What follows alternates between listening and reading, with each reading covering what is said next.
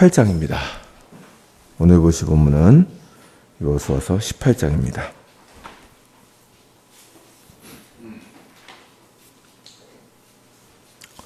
(18장) 1절부터 7절까지입니다.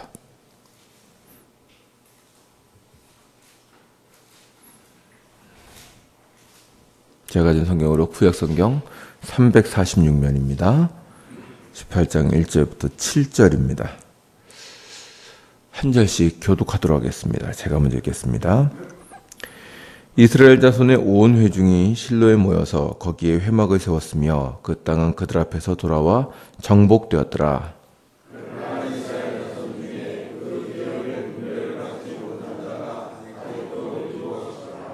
여호수아가 이스라엘 자손에게 이르되 너희가 너희 조상의 하나님 여호와께서 너희에게 주신 땅을 점령하러 가기를 어느 때까지 지체하겠느냐?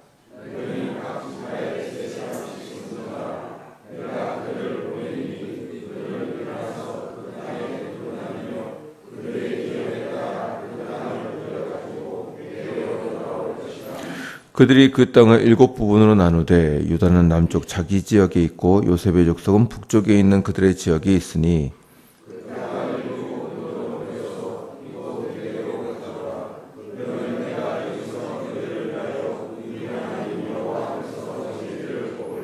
다 같이 읽겠습니다. 레위 사람은 너희 중에 분깃이 없나니 여호와의 제사장 직분이 그들이 기업이 됨이며 각과 루벤과 므낫세 반지파는 요단 저편 동쪽에서 이미 기업을 받았나니 이는 여호와의 종 모세가 그들에게 준 것이니라 하더라. 아멘. 오늘 볼 본문은 여호수아서 18장입니다. 이 18장과 뒤에 나오는 19장은 이스라엘이 실로라는 지역에 모여서 거기에서 이스라엘 자손들에게 가나안 땅을 분배하는 장면이 나옵니다. 이 앞에 14장부터 17장까지는 유다, 에브라임, 므낫세 반지파가 분배받은 땅이 기록되어 있고 18장서부터는 7지파, 베냐민, 시므온, 스불론, 이사갈, 아셀, 납달리, 단 지파에 대해서 기록되어 있습니다. 여호수아가 이 지파들을 모아놓고 이들에게 땅을 점령하도록 촉구하고 분배하는 장면이 바로 18장의 주된 내용입니다. 18장은 크게 두 부분으로 나뉘는데 먼저 오늘 읽으신 1절부터 10절까지는 남은 7지파에게 분배받을 땅을 조사해 오게 하는 장면이 기록되어 있습니다. 그리고 11절부터 28절까지는 베냐민 지파에게 분배한 지역에 대해서 언급하고 있습니다. 이 7지파들은 앞에서 언급된 유다, 에브라임, 므낫세 반지파에 비해서 상대적으로 세력이 약한 지파들이었습니다. 그리고 이것이 그들이 땅을 쉽게 분배받을 땅을 결정하여 요구하지 못하게 하는 이유가 된 것으로 보입니다. 그들은 땅을 점령하러 나가는 데 주저하였습니다. 그것이 2절과 3절에 나타납니다. 제가 한번 읽어보겠습니다. 18장 2절부터 3절입니다. 제가 읽겠습니다. 그러나 이스라엘 자손 중에 그 기업의 분배를 받지 못한 자가 아직도 7지파라. 여호수아가 이스라엘 자손에게 이르되 너희가 너희 조상의 하나님 여호와께서 너희에게 주신 땅을 점령하러 가기를 어느 때까지 지체하겠느냐. 아멘. 여호수아는 나머지 지파들에게 왜 땅을 점령하러 나가는데 주저하고 있느냐고 묻습니다. 그러면서 각 지파들에서 사람을 3사람씩 보내어 가나안의 남은 땅을 그려오게 하고 그 땅을 7으로 나누게 합니다. 그리고 8절에 보면 그렇게 지도를 그려가지고 오면 제비를 뽑게 하겠다고 합니다. 한번 8절 한번 보시죠. 18장 8절을 다 같이 읽겠습니다. 시작. 그 사람들이 일어나 떠나니 여호수아가 그 땅을 그리러 가는 사람들에게 명령하여 이르기를 가서 그 땅으로 두루 다니며 그것을 그려가지고 내게로 돌아오라. 내가 여기 실로의 여호와 앞에서 너희를 위하여 제비를 뽑으리라 하니. 이 제비를 뽑는다는 것은 구약에서 사람이 어떤 일을 결정하기 힘들 때 그 결정을 하나님의 섭리에 맡기는 중요한 수단이었습니다. 여러분이 이미 성경에서 읽으셨지만 신약에서 가룟 유다가 죽어서 사도를 새로 뽑을 때에도 성도들이 추천을 한 두 사람을 올리고 그 둘 중에 제비를 뽑아서 마띠아를 사도로 추가한 것이 사도행전에 기록되어 있습니다. 이런 면에서 성경의 성도들은 적절하게 제비를 사용하여 하나님의 섭리에 자신을 맡기고자 하였습니다. 그리고 여기서도 그렇게 제비를 뽑아서 지파들에게 땅을 나누어 주고자 했습니다. 그리고 끝으로 9절과 10절은 이 모든 일이 여호수아의 명령대로 잘 진행되었다는 것을 보여주고 있습니다. 그리고 그 뒤에 나오는 11절과 28절까지는 베냐민 자손의 기업이 기록되어 있는데 11절부터 20절까지는 지명이 기록되어 있고 21절부터 28절까지는 그 지역에 있는 성읍들의 이름이 기록되어 있습니다. 18장 본문의 전체적인 내용은 그렇게 어렵지 않습니다. 처음에 말씀드린 대로 이스라엘 지파 중에서 상대적으로 세력이 약한 7지파들은 섣불리 여호수아에게 땅을 요구하지를 못하고 있었습니다. 왜냐하면 이 앞장에 있는 17장 16절부터 18절에 기록된 것처럼 가나안 족속들은 철병거를 가지고 있었고 강대했기 때문입니다. 그러나 여호수아는 이렇게 주눅이 들어 소극적인 자세를 취하고 있는 7지파들을 격려하고 꾸짖어서 가나안 땅을 정복하게 하려고 합니다. 그리고 그들이 이 일들을 해나갔다고 하는 것이 본문의 내용입니다. 이 간단한 본문은 하나님께서 이스라엘 백성들을 부르신 목적을 잘 보여줍니다. 이스라엘 백성들은 가나안 땅에서 하나님의 나라를 세우는 것으로 부름을 받았습니다. 단순히 애굽에서 나와 속박에서 자유롭게 되었다는 것으로 만족하고 있어서는 안 되는 것입니다. 하나님께서 그들을 부르신 땅을 얻어서 거기서 하나님의 나라를 세울 때까지 그들은 안일하게 있어서는 안 됩니다. 아마도 그들은 몇 년간 계속된 전쟁으로 지쳐 있었을 수도 있습니다. 전에는 이스라엘 전체가 함께 싸웠지만 이제는 각각 지파가 주체가 되어 싸움을 해야 한다는 사실이 각 지파에게는 큰 부담이었을 수도 있습니다. 거기다가 가나안 족속들은 철병거를 가지고 있지 않습니까? 그러나 그것은 별로 중요하지 않습니다. 오늘 본문의 3절을 보시면 여호수아는 이스라엘에게 하나님께서 이 땅을 이미 백성들에게 주셨다고 말합니다. 한번 보시죠. 18장 3절입니다. 18장 3절을 다 같이 읽겠습니다. 시작.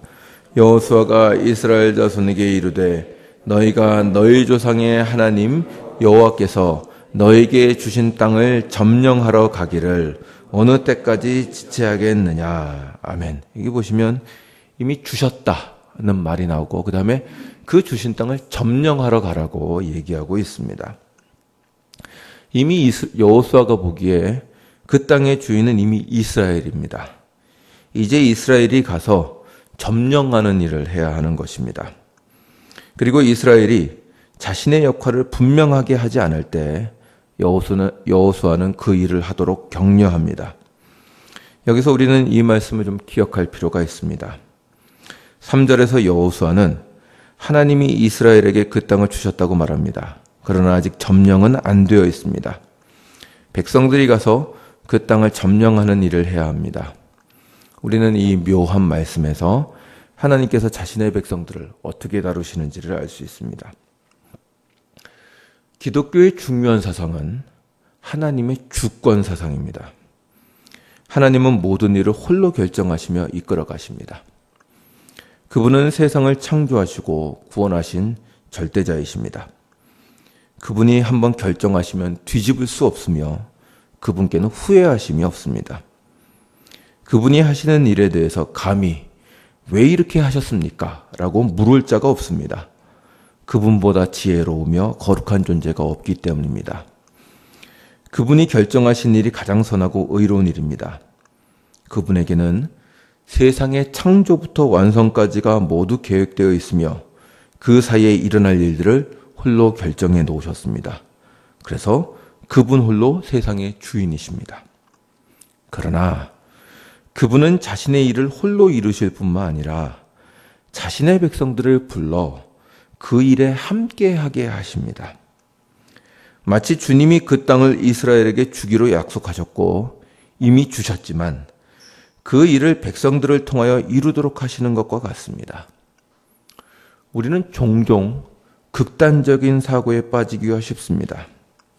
한 가지는 전능하신 하나님께서 모든 일을 하실 것이니 우리는 그냥 주의 때를 기다리기만 하면 된다고 생각하는 것입니다. 물론 그래야 할 때가 있습니다. 성도가 고난을 당할 때나 인내가 필요할 때가 있습니다. 그러나 많은 경우 하나님은 그냥 기다리게만 하지는 않으십니다. 성도가 움직이게 하십니다. 내가 가만히 있어도 모든 일이 이루어질 것이라고 생각하는 것은 운명론입니다. 여호수아도 빨리 나가서 그 땅을 점령하라고 지금 재촉하고 있는 것입니다. 또 그 반대의 오해도 있습니다. 어떤 사람들은 우리가 무슨 일을 꼭 해야 하나님도 일을 하신다고 생각합니다. 그러나 성경은 그렇지 않다고 말합니다. 하나님은 우리의 행위와 기도를 이용하시지만 우리의 행위와 기도를 넘어서서도 우리가 전혀 예상하지 못하고 생각하지 못한 일을 이루십니다. 만약 우리가 무슨 일을 하고 나서야 하나님이 그 일을 이루신다면 결국 하나님은 사람에게 종속된 분이 되실 것입니다. 이런 하나님을 우리가 어떻게 신뢰하고 따를 수 있겠습니까? 그러면 뭐가 옳다는 것일까요? 도대체 하나님은 우리가 필요하실까요? 안 하실까요? 하나님은 아까 말씀드린 대로 모든 일의 주인으로 끌어가십니다. 그러나 주님은 그 하나님 일 가운데서 사람이 일하는 자리를 만드십니다. 마치 오늘 본문이 보여주는 것처럼 하나님이 모든 일을 약속하셨고 이루실 것이지만 이미 그 땅을 주셨지만 그 자리에 이스라엘 백성들이 꼭 가서 서야 한다고 하시는 것과 같습니다.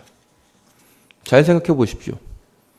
여리고는 하나님의 능력으로 무너졌습니다.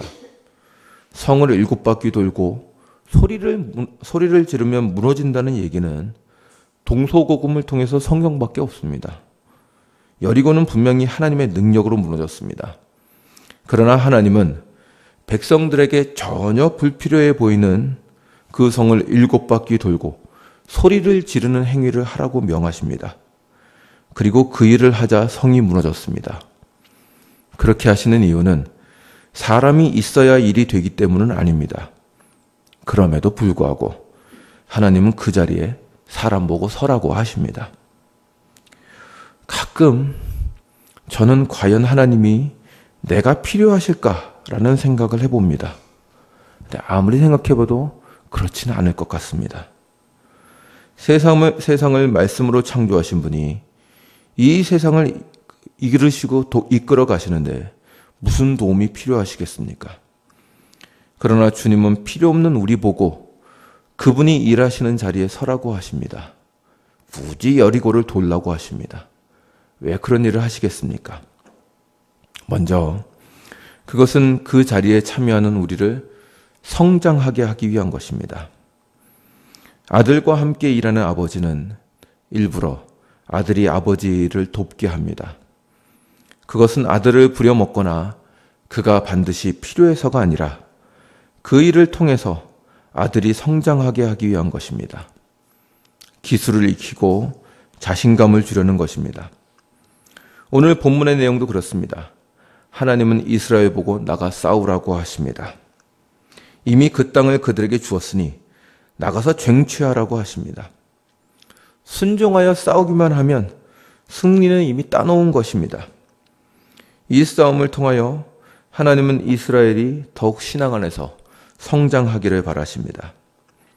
지금도 하나님은 성도들에게 각각 있는 자리에서 봉사와 수고를 하게 하십니다.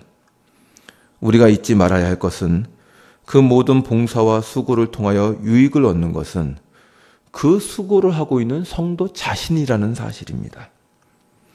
성도는 그러한 수고를 통하여 신앙이 자라며 인격이 성장합니다. 우리는 어른들로부터 그런 얘기 많이 들었습니다. 결혼을 하고 자식을 낳아봐야 어른이 된다는 것입니다. 맞는 말입니다. 어른이 된다는 것은 자신 한 몸을 지킬 뿐만 아니라 다른 사람을 이해하고 그들을 지탱할 수 있는 능력을 가진다는 것입니다. 몸만 커졌다고 어른이 되는 것은 아닌 것입니다. 부모는 자녀가 성장하기를 원합니다. 어려움도 뚫고 문제도 해결하며 의젓한 성인으로 자라기를 원하십니다. 그래서 여러 가지 일을 감당하게 하는 것입니다. 하나님은 자신의 백성들이 그렇게 성장하여 하나님을 닮은 백성이 되기를 원하십니다. 말씀에 따라서 고민하며 성도를 사랑하며 어려움을 인내하며 전진하는 백성이 되기를 원하십니다.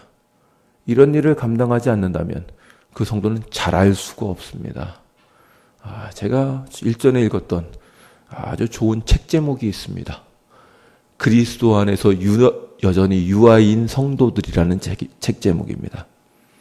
그러니까 성장을 안 하면 성도라고 할지라도 여전히 아기처럼 지낼 수도 있다는 것입니다.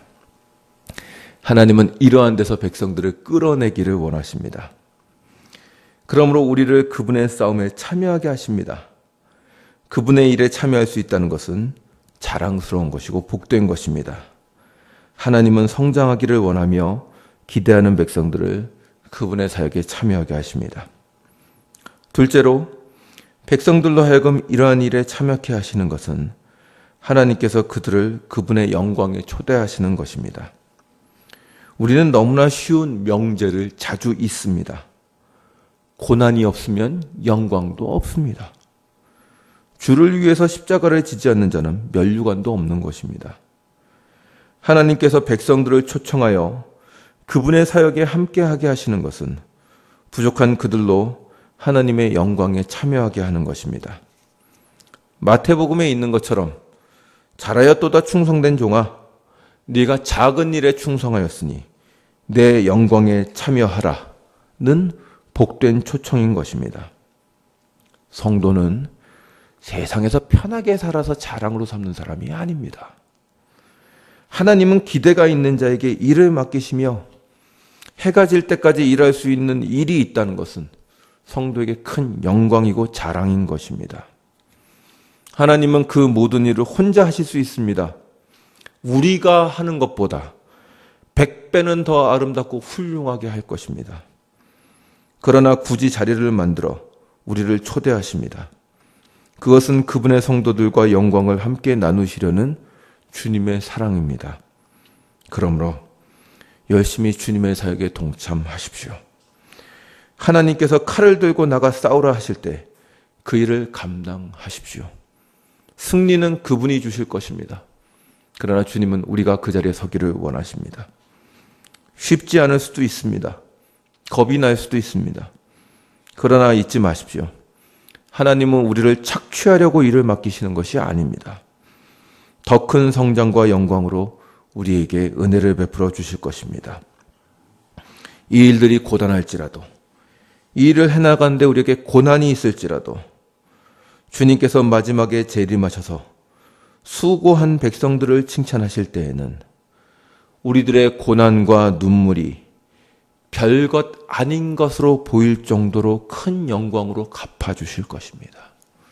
이것이 성경이 우리에게 약속한 언약이며 은혜입니다. 그 영광과 부름과 고난과 순종에 기꺼이 응하시는 여러분이 되시기를 주님의 이름으로 축원합니다. 기도하겠습니다.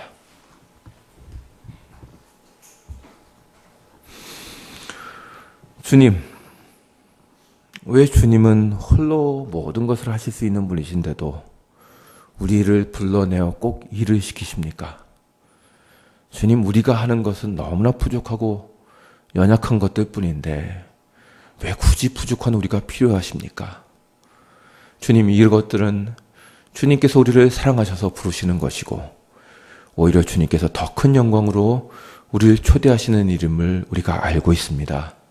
주님, 우리에게 이렇게 기대를 걸어주시고 우리로 하여금 더욱더 성장하게 하시니 감사드립니다.